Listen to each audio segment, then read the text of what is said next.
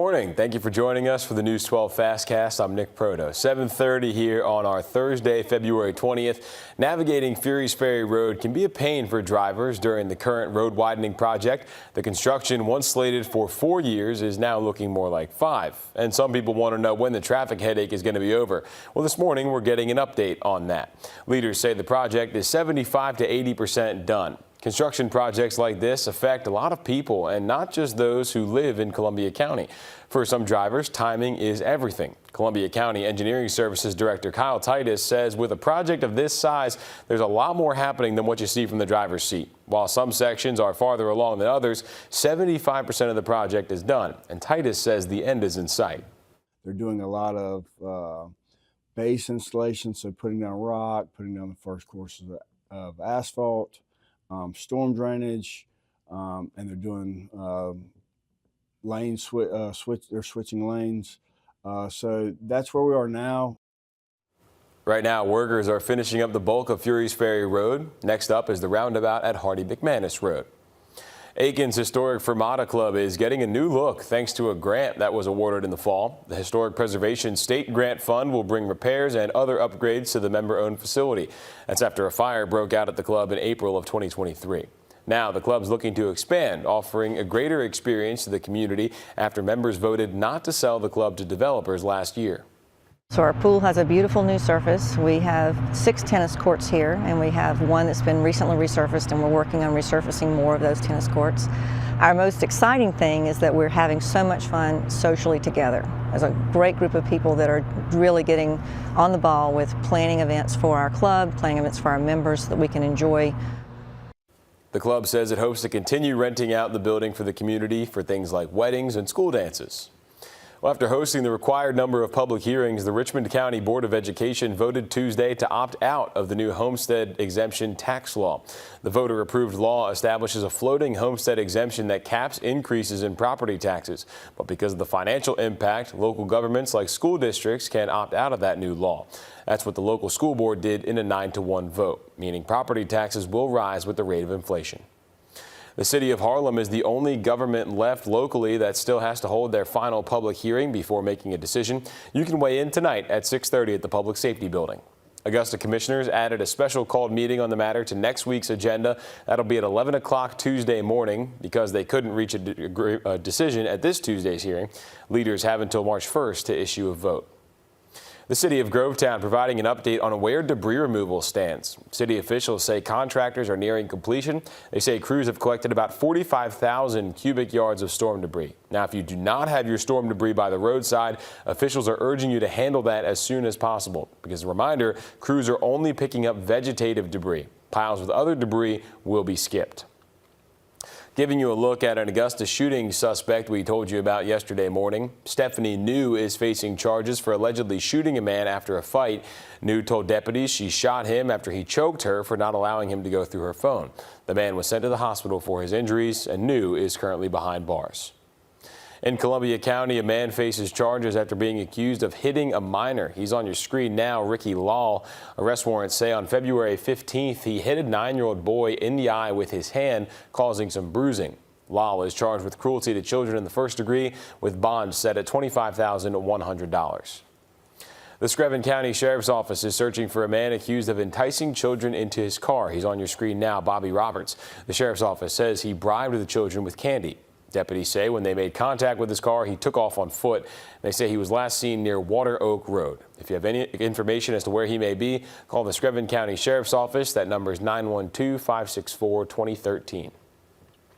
The Richmond County Sheriff's Office is looking for 2 recent runaways. Investigators say 16-year-old Paris London on the left was last seen Saturday leaving her home on Old Waynesboro Road with 16-year-old Alicia Pope, who's on the right of your screen.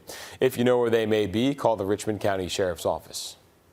In Sardis, the City Hall is about to be closed for construction starting tomorrow. City Hall services will relocate to the City of Sardis Annex building on Ellison Bridge Road. If you have to go to the City Hall for any reason, you must go to the Annex building. The phone number and hours for City Hall will remain the same. This will be the normal for about 6 weeks. Happening today, several inmates in the Aiken County Detention Center will walk the stage to get their GEDs. Remarks will be given by Sheriff Marty Sawyer and Superintendent Dr. Corey Murphy. The graduation ceremony will be at the Detention Center on Wire Road at 4:30. And as I mentioned before, Richmond County has opted out of that homestead exemption, and we'll be waiting to see what others will be following suit. Today, North Augusta Forward is hosting its third Thursday event. It's your chance to shop local, eat at local restaurants, and enjoy live music. That's from 5 to 8 in downtown North Augusta. 146 days later, downed trees and debris from Hurricane Helene are still at Clarks Hill Lake. That's because the U.S. Army Corps of Engineers says it hasn't gotten any funding to help clear that mess. They needed to hire debris removal services for the 51 recreation areas, and since they're a federal agency, they aren't eligible for FEMA relief. They tell us they've reached out to other sources. The first path is through the Corps of Engineers regular supplemental funding request process that goes up to our headquarters. And the second one is through the Federal Highway Administration's. They have a program, it's called ERFO for short, but it's basically emergency relief for federally owned roads. We have submitted a funding request to them as well. We are just waiting to hear back at this time. The Corps doesn't have any volunteer opportunities for cleanup, but says you can contact your local officials and let them know your concerns. That's it from the news side this morning. Let's send it over to First Alert meteorologist Tim Strong on a chilly start to the day. It's chilly, but it's going to get a whole lot colder, especially into Friday morning. And what we're talking about is the cold weather advisory that'll go into effect later tonight, 10 p.m. tonight until 10 a.m. tomorrow morning. It's widespread, too, not just locally here in the CSRA, which all the counties are included, but just about the entire two-state, Georgia and South Carolina. Now, it is going to get windy today. Wind values will slowly start increasing as we go through the day at 10 to 15, but the gusts 20 to 25 are expected through the heart of the afternoon, and with highs only in the 40s, it's going to be really cold. We haven't seen clearing skies yet. It's still a bit cloudy out there, and we've held that 39 to 40 mark most of the morning. It feels like 35 with the winds at 6 right now, so starting to pick up a little bit more of a breeze.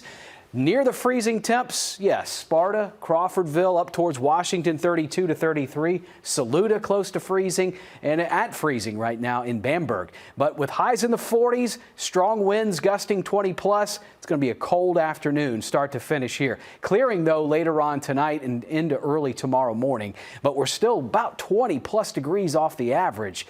Looks like we're going to stay that way even through tomorrow. Now a slight warming trend begins to develop for highs into the weekend. So 56 looking a lot better, and we're just expecting to have the morning lows stay down in the 20s all the way through this weekend, Saturday and Sunday morning.